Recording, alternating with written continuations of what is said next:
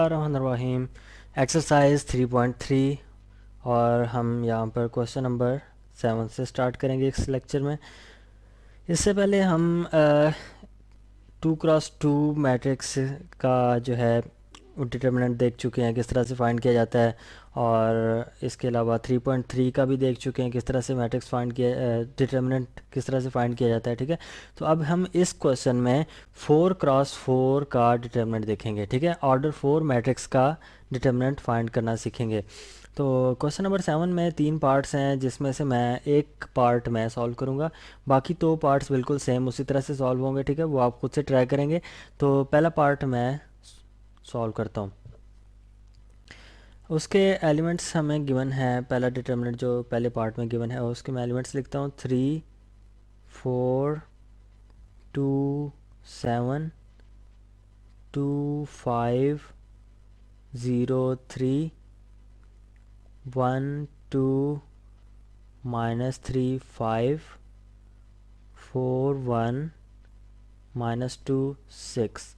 ये हमें determinant given है जिसको हमने इवेलुएट करना है। ठीक है, क्वेश्चन में हमें क्वेश्चन भी यही किया गया है कि इवेलुएट द डिटर्मिनेंट। ठीक है, देखें इसके 4 रोज़ हैं, 4 ही कॉलम्स हैं। ये रो 1, रो 2, रो 3, रो 4, और इसी तरह से कॉलम्स, कॉलम 1, कॉलम 2, कॉलम 3 और कॉलम 4। ठीक है, 4x4 का मैट्रिक्स है। ठीक है, उसका हमने डिटर्मिनेंट फाइंड करना है।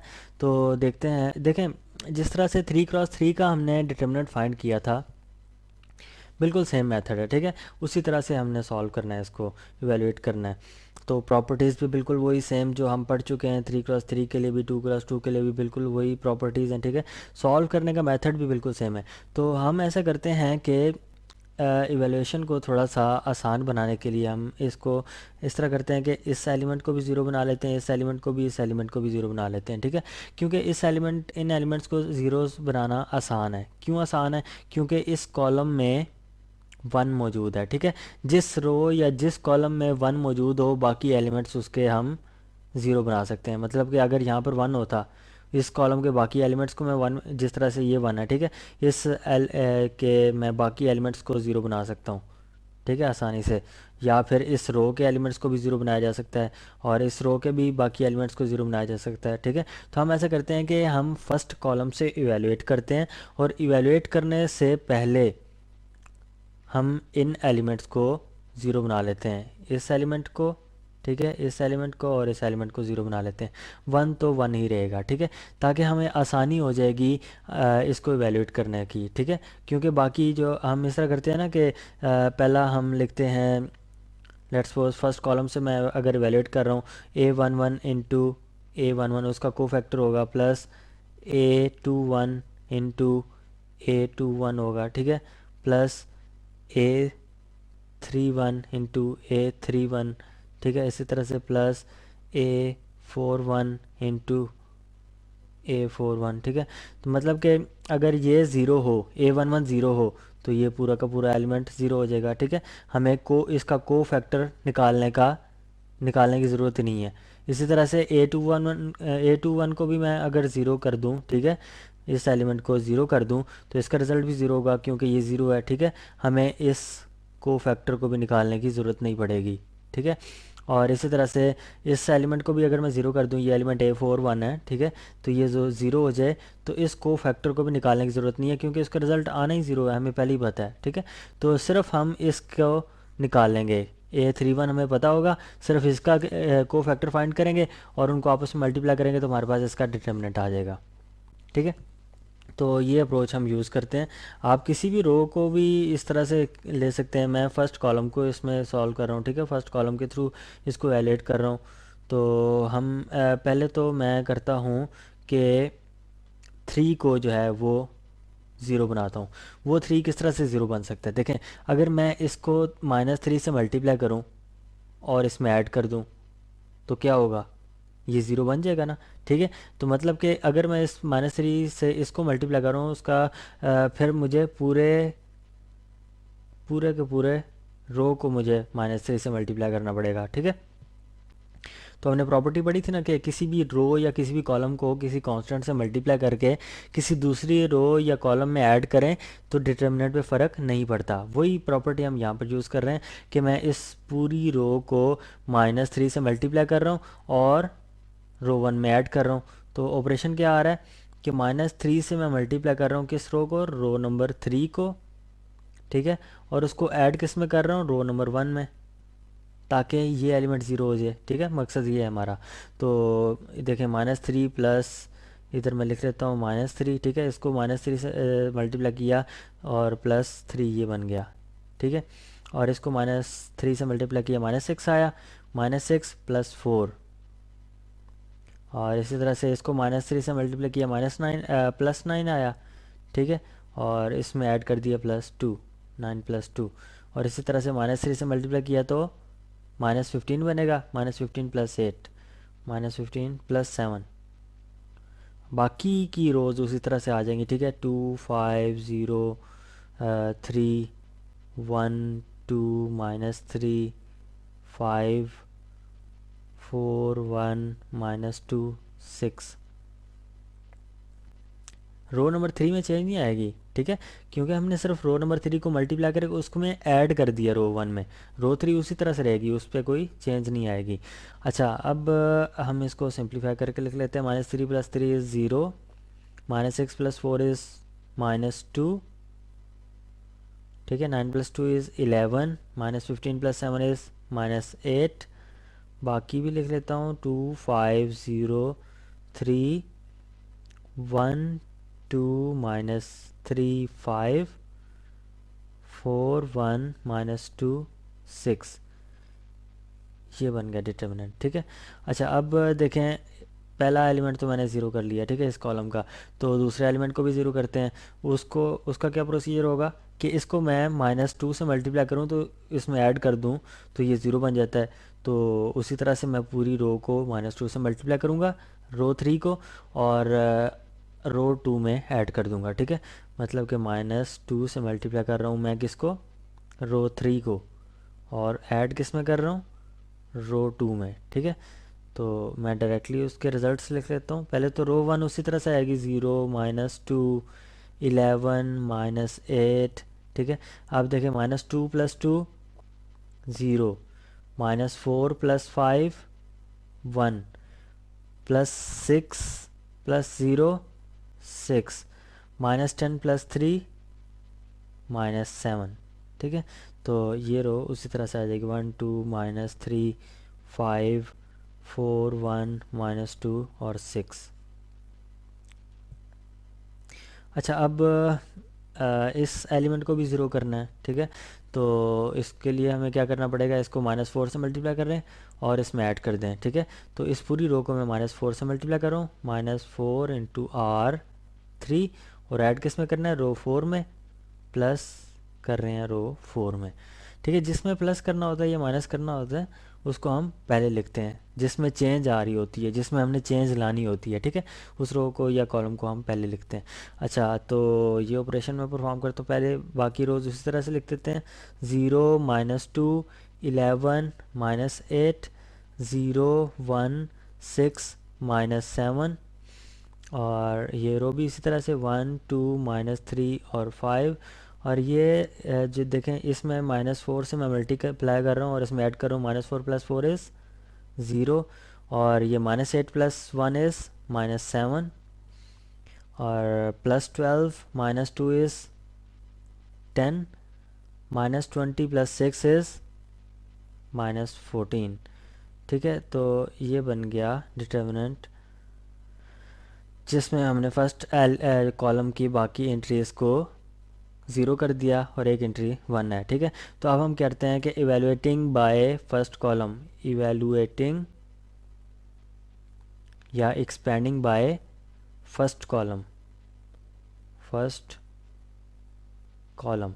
अच्छा, अब क्या होगा, 0 × A11 प्लस 0 इंटू, प्लस नहीं, यहाँ पर माइनस आएगा। ठीक है, -0 × A21, ठीक है, प्लस 1 इंटू, अब ये 1 है, ठीक है, इसके लिए हमें कोफैक्टर लिखना पड़ेगा इसका, ठीक है। 1 into A31 minus 0 into A41, ठीक है। तो ये इसका होगा डिटर्मिनेंट। अब हम इसको लिख लेते हैं, देखें। अब इसको A11 की वैल्यू को निकालने की ज़रूरत ही नहीं है, ठीक है, क्योंकि इसके साथ ज़ीरो मल्टीप्लाई हो रहा है, तो निकाल भी लें तो उसका रिज़ल्ट ज़ीरो ही आना है, ठीक है। तो इसलिए हमें निकालने की ज़रूरत नहीं है। तो ये बन जाएगा 0 माइनस 0 प्लस 1 इंटू, अब इसका कोफैक्टर निकाल लेते हैं A31 का। A31 कौन सा एलिमेंट है, ये है, ठीक है। इसका हम कोफैक्टर निकालेंगे। तो पहले तो हम लिखते हैं -1 की पावर 3 प्लस 1, ठीक है। थर्ड रो और फर्स्ट कॉलम जो है वो हम ऐड करें उसको, ठीक है। तो इनटू, साथ में हमने मल्टीप्लाई करना है डिटर्मिनेंट, ठीक है। डिटर्मिनेंट में कौन सी एंट्रीज आएंगी, कौन से एलिमेंट्स आएंगे, तो इस रो को और इस कॉलम को डिलीट कर देते हैं जिसमें ये एलिमेंट पड़ा हुआ है, ठीक है। तो बाकी जो एलिमेंट्स हैं वो बच गए हैं, उनको हम लिख देते हैं उस डिटर्मिनेंट में। -2 है, 11 है, -2 है, 11 है, 8 है, ठीक है। तो 1 है, 6 है, -7 है, 1 6 -7 है। उसके अलावा -7 10 और -14, -7 10 और -14, ठीक है। तो आगे भी माइनस, ये भी ज़ीरो हो गया, ठीक है। तो इनको लिखने की अब ज़रूरत नहीं है, तो हम डायरेक्टली इसी को इवेलुएट करते हैं। तो ये बनेगा -1 जो है 1 इंटू 1, -1 की पावर 4 जो है वो पॉजिटिव ही है, ठीक है। तो ये पॉजिटिव आ जाएगा। नेगेटिव की पावर जो है अगर इवन आ रही हो तो वो पॉजिटिव हो जाता है। 1 इंटू 1 हो गया, और साथ में हमारे पास डिटर्मिनेंट 3 क्रॉस 3 का बन गया, ठीक है। -2 11 8 1 6 -7 -7 10 और -14।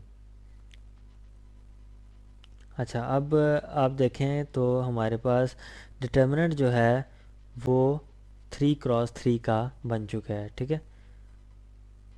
तो अब आप इसको सिंपली जो है किसी भी रो या किसी भी कॉलम से इवेलुएट कर सकते हैं, जिस तरह 3 क्रॉस 3 की एक्सपेंशन हम करते आए हैं, ठीक है। तो अगर इसको भी मज़ीद आपने अगर जो है आसान बनाना है इवेल्यूशन को, तो इस एलिमेंट को भी हम ज़ीरो बना सकते हैं, इस एलिमेंट को भी ज़ीरो बना सकते हैं, क्योंकि इस कॉलम में एक एंट्री जो है 1 आ रही है, ठीक है। उसको हम इसको मैं 2 के साथ मल्टीप्लाई करूँ और इसमें ऐड कर दूँ, तो ये एलिमेंट भी ज़ीरो हो जाएगा, ठीक है। तो हम ऐसा ही करते हैं। तो एक स्टेप में मैं इन दोनों को ज़ीरो बना देता हूँ। एक हमने काम करना है कि रो 1 में प्लस करना है क्या, 2 को, R2 को 2 से मल्टीप्लाई करके रो 1 में हमने ऐड करना है, ठीक है। और रो नंबर 2 को 2 से मल्टीप्लाई करना है और रो 1 में ऐड कर देना है। एक ये काम करना है, और रो 2 को हमने 7 से मल्टीप्लाई करके रो 3 में ऐड करना है, ठीक है। रो 3 में क्या ऐड करना है, 7 से मल्टीप्लाई करके रो 2 को रो 3 में ऐड करना है। तो ये भी एलिमेंट ज़ीरो बन जाएगा, ये भी एलिमेंट ज़ीरो बन जाएगा, ठीक है। तो हम ऐसे ही करते हैं। तो 2 -2 is zero, 12 plus 11, 12 plus 11 is 23, और -14 प्लस 8, -14 प्लस 8 इज़ -6 आएगा, ठीक है। तो इसको मैं डायरेक्ट -6 ही लिख देता हूँ, -6। अच्छा, अब हमने इसको 7 से मल्टीप्लाई करके इसमें ऐड करना है। तो पहले तो मैं रो 2 उसी तरह से लिख लूँ, 1 6 और -7। अच्छा, ये बन जाएगा 7 इंटू 7, -7 इज़ ज़ीरो, इसको 7 से मल्टीप्लाई करें 42, प्लस 10 इज़ 52, और इसको भी 7 से मल्टीप्लाई करें, -49 -14, ये बनेगा -63। तो अब हमारी इवैल्यूएशन जो है मज़ीद आसान हो चुकी है, ठीक है। तो अब हम दोबारा से फर्स्ट कॉलम से इवैल्यूएट करते हैं, एक्सपेंड करते हैं इसको, एक्सपेंडिंग बाय कॉलम 1, ठीक है। तो क्या बनेगा, 0 into A11 minus 1 into A21 plus 0 into A31, ठीक है। तो इनको निकालने की ज़रूरत नहीं है A11 और A31 को, क्योंकि इसके साथ ज़ीरोज़ मल्टीप्लाई हो रहे हैं। हमने सिर्फ A21 निकालना है, ठीक है। तो -1 ये है, ठीक है। इसके साथ मल्टीप्लाई होगा A21 किस तरह से निकलेगा, -1 की पावर 2 + 1, ठीक है, सेकेंड रो और फर्स्ट कॉलम, इनटू डिटर्मिनेंट के में कौन सी वैल्यूज़ आएंगी।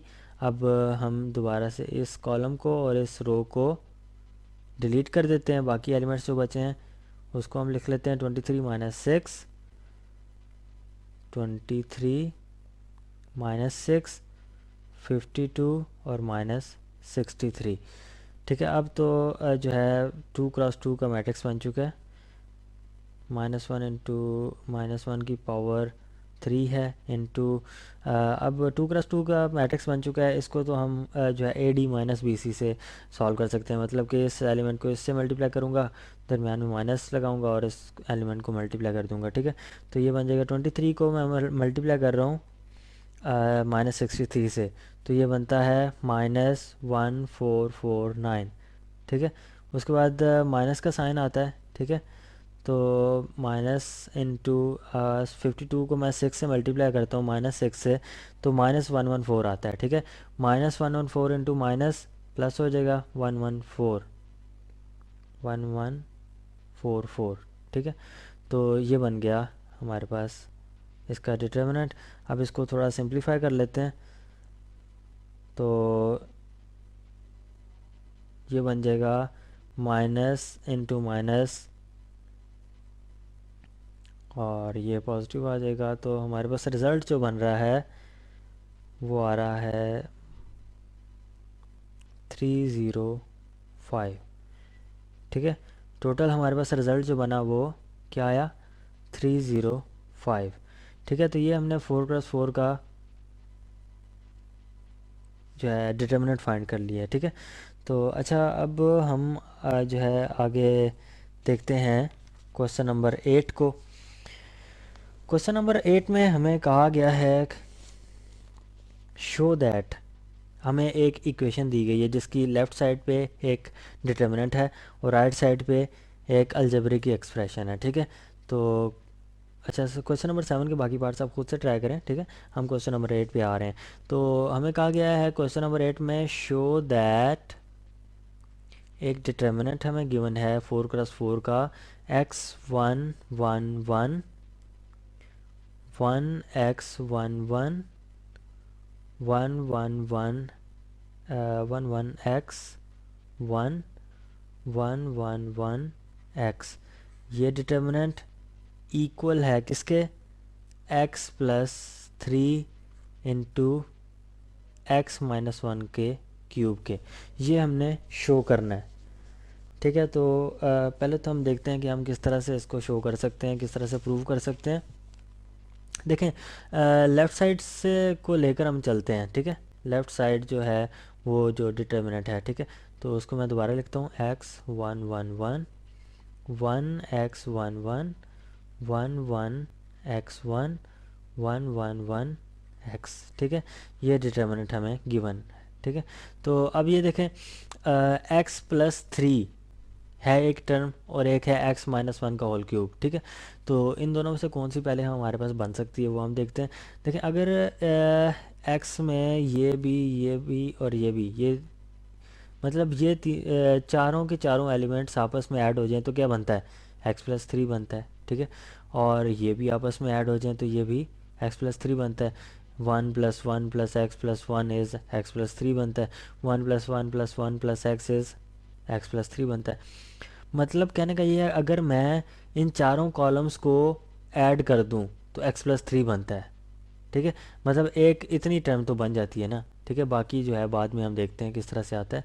तो कॉलम 1 में हम बाकी तीनों कॉलम्स का सम ऐड कर देते हैं, ठीक है। तो कॉलम 1 में हम क्या कर रहे हैं, बाकी तीनों कॉलम्स, कॉलम 2, कॉलम 3 और कॉलम 4 का सम जो है उसको हम कॉलम 1 में जाकर ऐड कर रहे हैं। इसका सम 3 बनता है, 3 प्लस एक्स हो जाएगा, एक्स प्लस 3 बन जाएगा, ठीक है। तो x plus three, x plus three, x plus three, और चौथा भी जो है वो भी एक्स प्लस थ्री बनेगा, एक्स प्लस थ्री।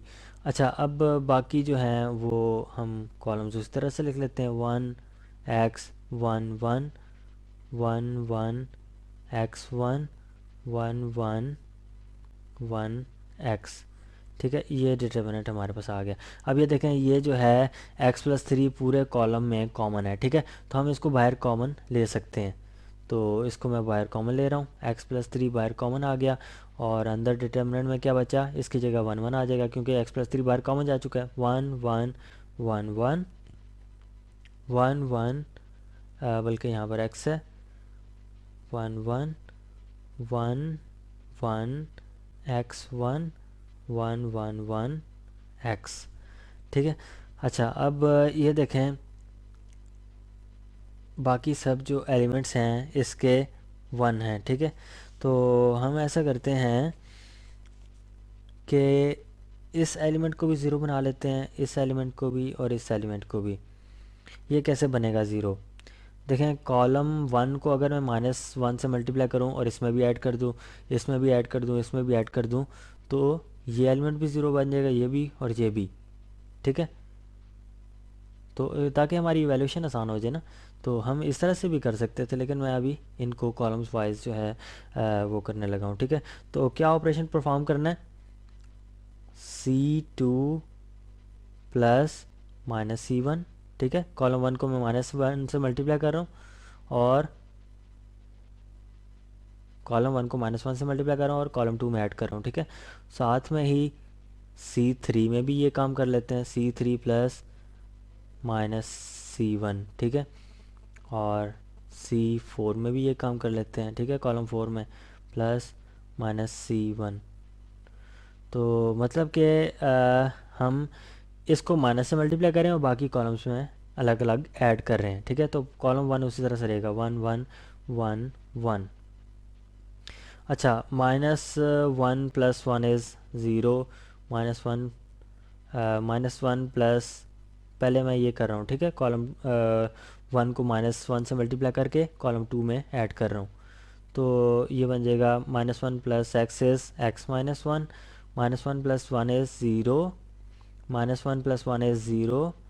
इसी तरह से -1 प्लस, अगला जो ये वाला स्टेप मैं कर रहा हूँ, ठीक है, कॉलम 3 में ऐड कर रहा हूँ अब, -1 plus 1 is zero, zero, x -1 zero. इसी तरह से ये जो कॉलम 4 का है, अब कॉलम 4 में मैं ऐड करता हूँ, ठीक है, इसको कॉलम 1 को -1 से मल्टीप्लाई करके।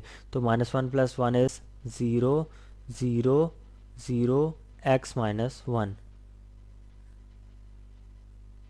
अब ये देखें, रो 1 जो है उसमें सब एलिमेंट्स जो हैं वो ज़ीरो हो चुके हैं इसके अलावा, ठीक है। मतलब कि एक एलिमेंट सिर्फ रह गया, 1 है, बाकी एलिमेंट ज़ीरो हैं। तो हम इस तरह करते हैं कि इसको जो है ना, इसके रो 1 के थ्रू हम इसको एक्सपेंड कर लेते हैं, ठीक है। इनको ज़ीरो बनाने का मकसद भी यही था, जिस तरह मैंने पिछले क्वेश्चन में कॉलम 1 में बाकी एलिमेंट्स को ज़ीरो बना लिया था, ठीक है, एक 1 रह गया था, उसके थ्रू हमने एक्सपेंड कर दिया था, ठीक है। इस बार मैंने रो के एलिमेंट्स को ज़ीरो बनाया, ठीक है, और एक एलिमेंट जो है इसमें 1 रह गया, तो मैं रो 1 के थ्रू इसको एक्सपेंड करने लगा हूँ, इस डिटर्मिनेंट को, ठीक है, एक्सपेंडिंग बाय रो 1, ठीक है।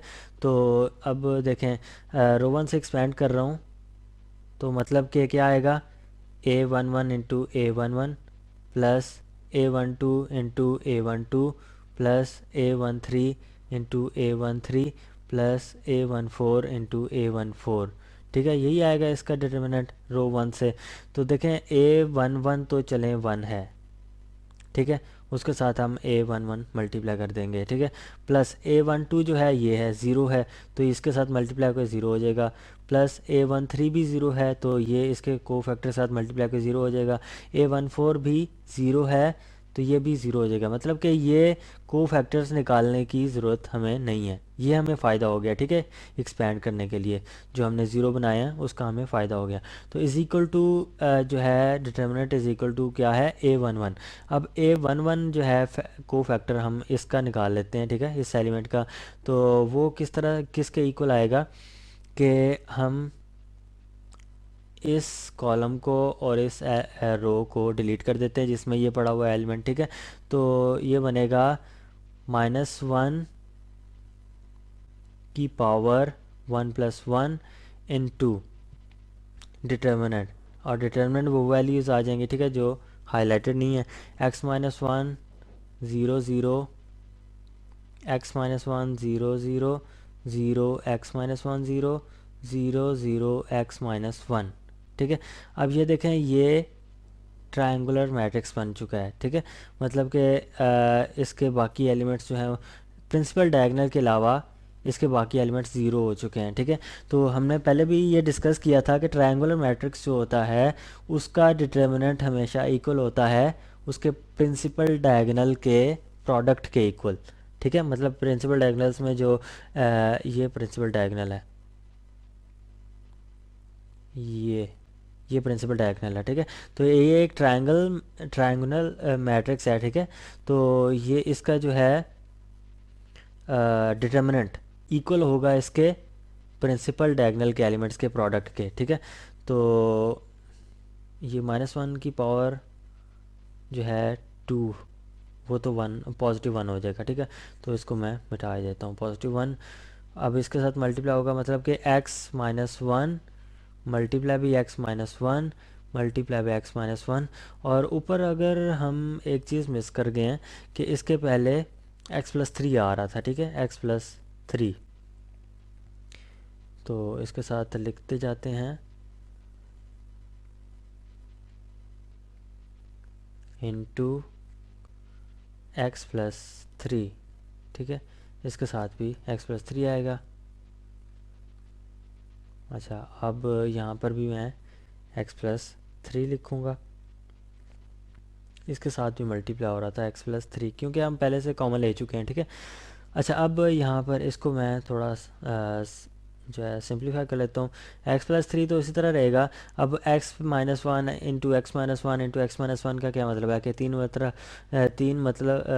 तीन दफ़ा वो आपस में मल्टीप्लाई हो रहा है, तो इसकी होल क्यूब हम पावर कर देते हैं। तो यही जो है वो राइट साइड है जिसको हमने शो करना था, ठीक है। तो लेफ़्ट हैंड साइड को लेकर चले थे और राइट हैंड साइड के इक्वल आ चुके हैं, तो यही हमने शो करना था। तो यहाँ पर क्वेश्चन नंबर 8 भी ख़त्म होता है, ठीक है। तो हम ये शो कर चुके हैं।